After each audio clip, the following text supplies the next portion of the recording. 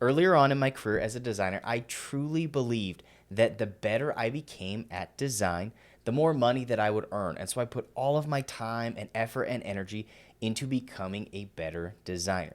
And the sad part is over the last several years, I've learned that how good you are at design has very little to do with how much money you actually make. In fact, most of the best designers that I know are the ones that struggle to make any money. And this is really sad, but it's true. So if you're spending your time on design boot camps and courses and working on portfolio pieces and trying to hone your craft as a designer, you might be making a huge mistake. And in this video, I'm going to tell you why that's a mistake, and then I'm going to share with you the things that you need to do in order to make more money as a designer. So like I mentioned, if we were to visualize this on a graph, let's say that we had design skill at the bottom and then money on the side.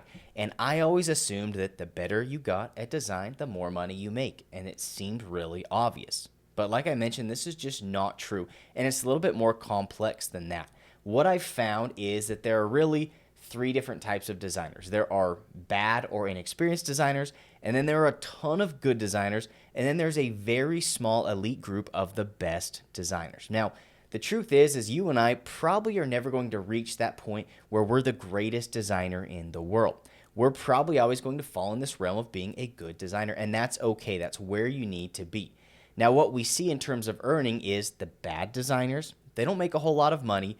The really, really expert good designers oftentimes do make good money, but this massive group, which is the majority of us, which fall in this good designer category, our income ranges can be massive. We can make literally no money, or we can make hundreds and hundreds of thousands of dollars. And the only thing that determines truly how much you make as a good designer is how well you can run a business. Your understanding of how to run a successful business has a 100% direct correlation with how much money you make as a creative. Meaning the better you are at business, the more money you're going to make. Now, I'm not just talking about if you're a freelancer or an agency owner. This is for every single designer. Even if you work for someone else, you are your business. You are your brand. And if you don't learn how to effectively run your brand and your business, you're going to get pushed around. You're going to get underpaid. You're going to have a hard time finding gigs or clients. And it's going to be really, really difficult for you to succeed financially as a designer. Now, don't get me wrong. I'm not saying that you shouldn't be pushing yourself to become the best designer possible. But what I am saying is if your main goal right now is to earn more money as a designer, you should not be focusing just on getting better at design. Instead, you should be focusing on all of the principles that will turn you into a successful and competent business person. And that's what we're going to talk about in this video right now. But first, I want to share an example that I think does a really great job of illustrating this. I live in a small town in the state of Idaho, and in this town, there are several attorneys, but there is one in particular that everyone knows makes more money than everyone else. And the funny thing is, everyone jokes about how bad of an attorney he really is. He rarely goes to court. He rarely gets people the settlements that they're looking for. And most of the time he settles for a lower rate so he can pump through as many clients as possible. Now, he's a crappy attorney, and I don't want you to be that kind of designer. But the interesting thing about this guy is he makes more money than any other attorney probably in the entire state because he is a master of business. He is constantly on radio shows and news channels and podcasts, and everywhere you go, you see his face and you hear his name, and he's got a super catchy catchphrase, and he's got everything on the business side of things figured out. And so even though he's a really crappy lawyer, everyone ends up calling him because he's the first person that they think of. He's always at the top of mind, and he has marketed himself and his business and his brand better than anyone else in this area. Now, this example reminds me of one of my favorite quotes from Chris Do, where he said, "Most creatives are the best kept secret." So you have to be easier to find than your competitors, meaning that even if you're the most talented designer,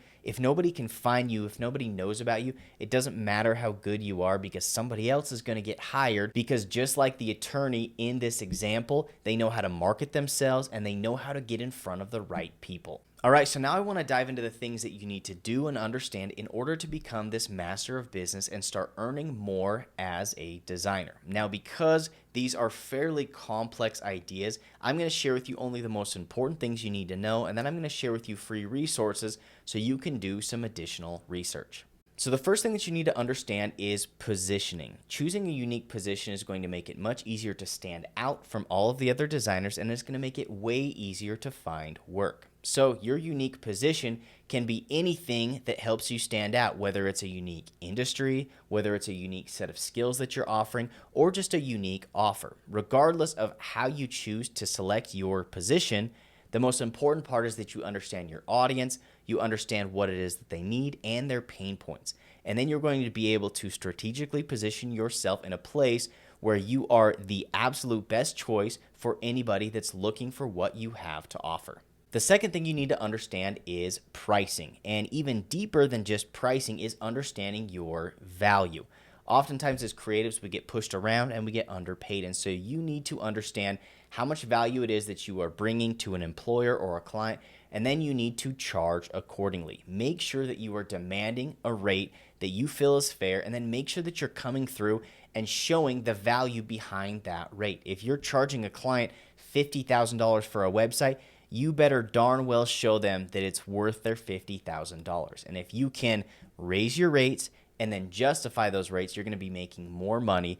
And pricing is one of the most difficult things to understand and to gain confidence in. But once you start raising your rates, you're going to see a massive difference, not only in your bottom line and how much you're making, but also how much people respect you and how they treat you. I've got some great videos about pricing web design down below, so definitely check those out. So the third thing you need to understand is finding and selling clients. This is ultra important because it really comes down to selling yourself. Like I mentioned at the beginning of this video, you are your business. You are your greatest asset, and you need to learn to confidently sell yourself to other people. You're going to need to learn how to carry yourself, how to communicate confidently, and you're also going to have to learn the right words to say. And the best way to do this is to practice. So practice in the mirror, practice in videos, and then practice as you speak to other employers, other clients, and you're going to get better at this. But learning how to sell yourself is probably the greatest skill that you will ever learn in your entire life, because it's going to go outside of just work.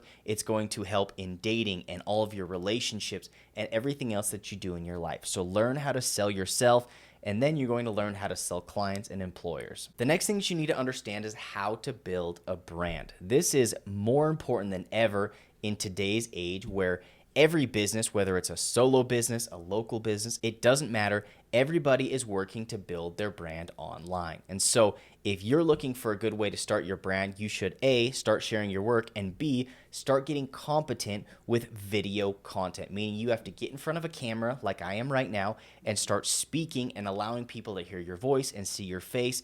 It's going to be awkward at first, but video content is the absolute best way for you to get more exposure and get yourself out there. You can no longer avoid it. If you want to build a brand, if you want to build a business and be successful, you've got to start creating video content. And the other thing that I'll say is start developing your story. What is it about you that makes you memorable and unique? And if you can craft this story that people can resonate with, it's going to be much easier for people to connect with you and want to reach out to you to hire you or to collaborate with you. And so make sure that you can tell a riveting story about yourself that people are going to enjoy. The next thing that you need to learn is automating and outsourcing. You can't do everything on your own. And luckily for us, we live in the day and age of no-code tools, and there are an endless amount of no-code tools that you can use to automate your business. I've got a really great video that I'm going to share right here and also down in the description, but also you can look for ways to outsource where no-code tools can't fill the gap. So looking on places like Fiverr and Upwork,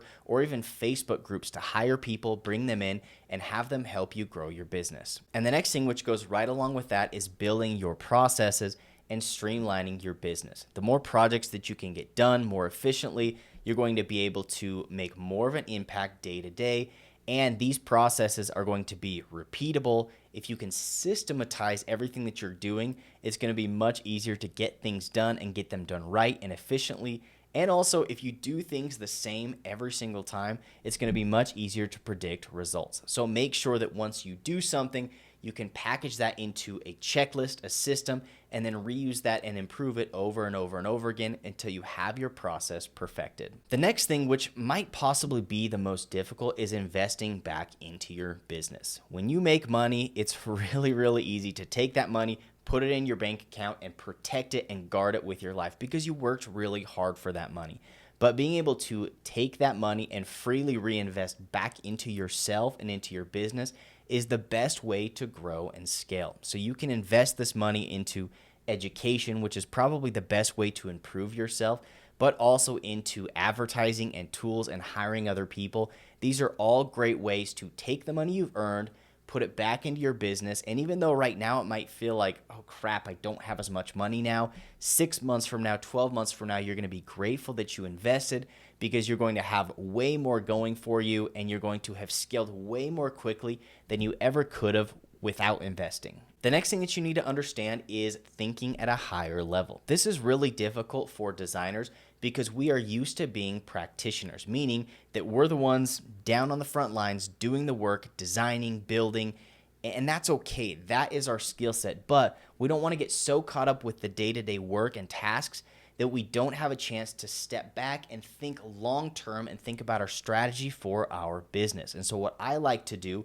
is schedule at least one, if not more days per week where I don't do any design work. I am strictly planning and strategizing and thinking of different ways to grow my brand and grow my business. And if you can force yourself to take the time to do this and get out of your creative brain and kind of put on your leadership hat, your CEO hat, your entrepreneur hat, it's going to be much easier to long-term accomplish goals that you never would have thought were possible. And finally, you need to become a master of setting goals and habits. You need to be willing to do the things that no one else is willing to do. And this all comes down to setting your daily goals and daily habits and then pushing yourself to accomplish those. You can't just go through the motions every day doing a little bit of design work and just doing the bare minimum. You need to push yourself to get to that next level if you want to make more money. Now, this doesn't just mean spending more time every day on your laptop or on your computer, but what it does mean is the time that you do spend working, that you're spending it ultra efficiently and that you're making sure that you're getting the ball rolling on growing your business rather than just doing day-to-day tasks and then calling it a day. Now, there are a ton of other things that go into growing a business, but the 9 things that we talked about are going to make the most massive change in your life. And I promise you that if you implement these things, 6 months from now, 12 months from now, you're going to look back and you're not even going to recognize yourself because you are going to be an absolute business machine and you're going to be making more money than you ever could have imagined. Now, to wrap this up, if you're looking for the best way to invest back into your business, to learn and understand more of these business principles, I would definitely recommend going and checking out paypro.com. This is my private membership, and inside this membership, we are teaching you the business of web design. So rather than just diving in and showing you how to improve your craft and get better at design, we are teaching you all the most important parts about growing, scaling, finding clients, communicating, all of the different aspects of running a successful business so you can go from where you are right now to making several hundreds of thousands of dollars per year as a designer. So if you're interested in this, go to paypro.com. I can guarantee that this will be not only the cheapest way to invest in your business, but the most high value way to get something out of that investment. So go check out paypro.com. Thanks so much for watching the video, and we will catch you in the next one.